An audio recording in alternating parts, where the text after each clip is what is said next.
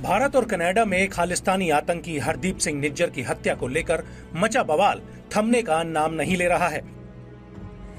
18 जून 2023 की शाम को कनाडा के ब्रिटिश कोलंबिया में गुरुद्वारे की पार्किंग में कार की ड्राइविंग सीट पर खालिस्तान टाइगर फोर्स का चीफ हरदीप सिंह निज्जर बैठा था कि अचानक वहां लंबी कदकाठी वाले दो युवकों ने दहशत फैला दी।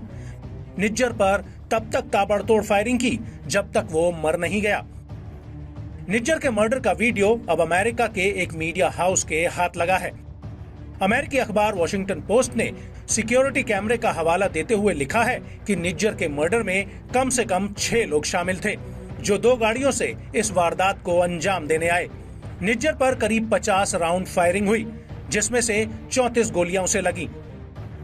अमेरिकी अखबार का यह भी दावा है कि 90 सेकंड की इस वीडियो रिकॉर्डिंग का गहनता से रिव्यू करने पर पता चला कि निज्जर के मर्डर की प्लानिंग बड़े स्तर पर की गई थी।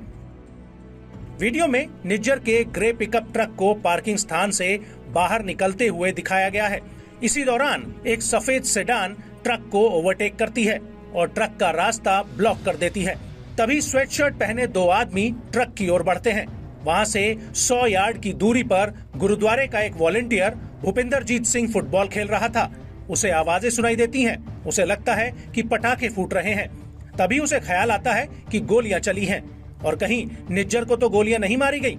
जैसे ही भूपिंदरजीत सिंह ट्रक के पास पहुंचता है, वहां खून और टूटा हुआ शीशा जमीन पर पड़ा था और निज्जर के शरीर को गोलियों से छलनी कर दिया गया था। निज्जर की हत्या के बाद अपराधी वहां से फरार हो गए। निज्जर को मारने वाले शख्स कौन थे, इसका कनाडा सरकार अब तक पता नहीं लगा पाई है।